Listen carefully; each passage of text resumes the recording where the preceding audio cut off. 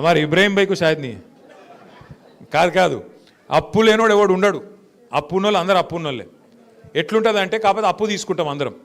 అప్పుడు నేను శ్రవణ్ భాయ్ దగ్గర అప్పు తీసుకున్నా అనుకో ఒక 5 लाख తీసుకున్నా అన్నా జర కడితేనే ఒక 2 నెలలు ఇస్తా మళ్ళీ వాపస్ ఇస్తా నువ్వు జర ఇయ్య నాకు అర్జెంట్ ఉందంటే ఇచ్చిండు శ్రవణ్ అన్న ఇచ్చినాక ఇక 2 నెలలు అయిపోయినాయి శ్రవణ్ అన్న ఫోన్ కొడుతుండు ఎప్పుడు ఇస్తావో పైసలని నేను ఎత్తుతలేను పైసలు లేవు నాకు అక్కడ ఏం చేయాలి మరి ఫోన్లు కట్ చేస్తున్నా ఐఎమ్ బిజీ కాల్ లెటర్ అని మెసేజ్లు పెడుతున్నా ఇక శ్రవణ్ భాయ్ ఆయన అటు ఇటు చూసిండు ఇక షేక్ పెట్టిన ఆయన ఉంటాడు నేను గిన్నె ఉంటా బంజారా హిల్స్లో ఆయన ఇంటికి వచ్చిండు ఇంటికి వచ్చి పట్టుకున్నాడు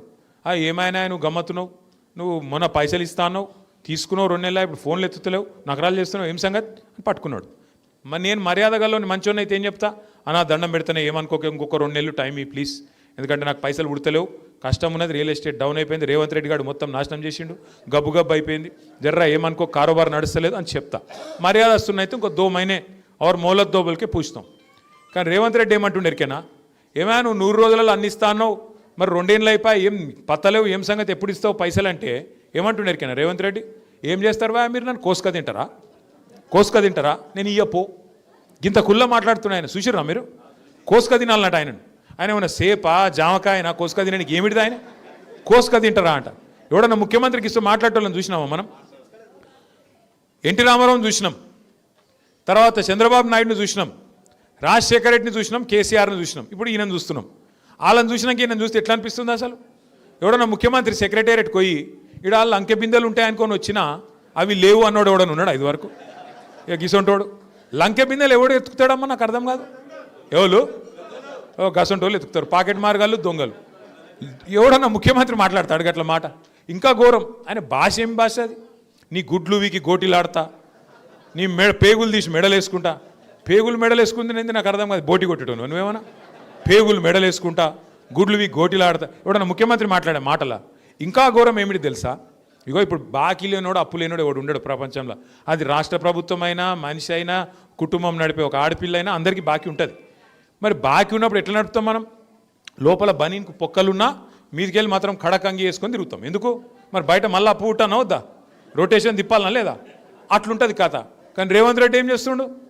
మా రాష్ట్రం దివాలా తీసింది మా రాష్ట్రం క్యాన్సర్ పేషెంట్ అయిపోయింది మా రాష్ట్రం సంకనాకిపోయింది నేను ఢిల్లీకి పోతే నాకు ఎవడు అపాయింట్మెంట్ ఇస్తలేడు నన్ను దొంగ లెక్క చూస్తారు మరి దొంగ లెక్క చూడకుండా ఎట్లా చూస్తారు నాకు అర్థం కాదు ఇంకొక మాట అంటుండు అపాయింట్మెంట్ ఇస్తలేరండి నాకు ఆడ పోతే చెప్పులు ఎత్తుకపోతాడని అపాయింట్మెంట్ ఇస్తలేరంట ఇక ఇట్లా మాట్లాడినాక ముఖ్యమంత్రి ఎవడన్నా వస్తాడు ఆ కొత్త గిడికి ఉన్న కంపెనీలు పారిపోతాయి తప్ప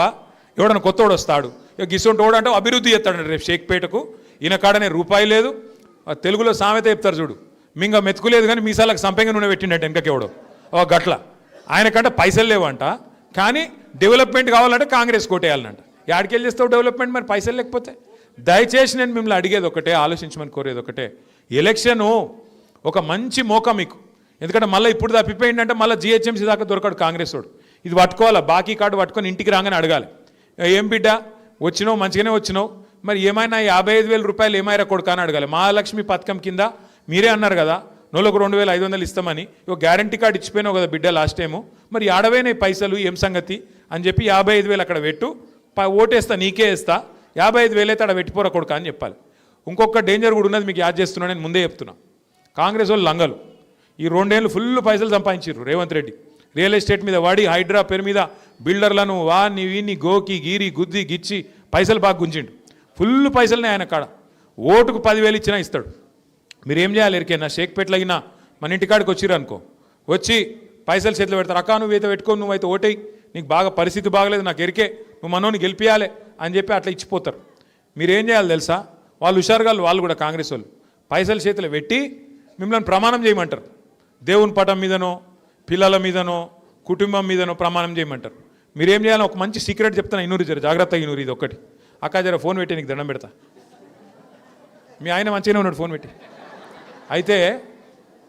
వాళ్ళు వస్తారు చాలా డేంజర్ ముచ్చట చెప్తున్నా పెద్దమ్మకు చెప్పు డేంజర్ ముచ్చట చెప్తున్నా ఇను అయితే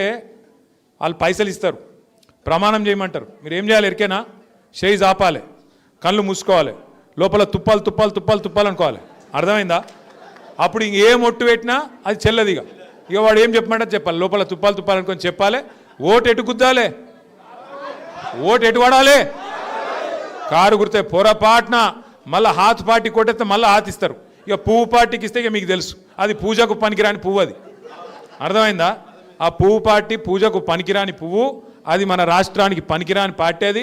ఎంత మాత్రం పనికిరాని పార్టీ. మనకు రూపాయి పని చేయలేవాడు, రేపు చెయ్యడు కూడా. అందుకే మళ్ళొక్కసారి హైదరాబాద్ ఉరకాలంటే, తెలంగాణ ముంగట వడాలంటే మళ్ళా కేసీఆర్ గారు ముఖ్యమంత్రి కావాలి. దానికి జూబ్లీ హిల్స్ నుంచే జైత్రయాత్ర మొదలు కావాలి. మీరు అనుకుంటుండొచ్చు ఇంకా దోసాలు ఉంది కదా, ఇంకా దోసాల తర్వాత కేసీఆర్ వస్తాడు కదా.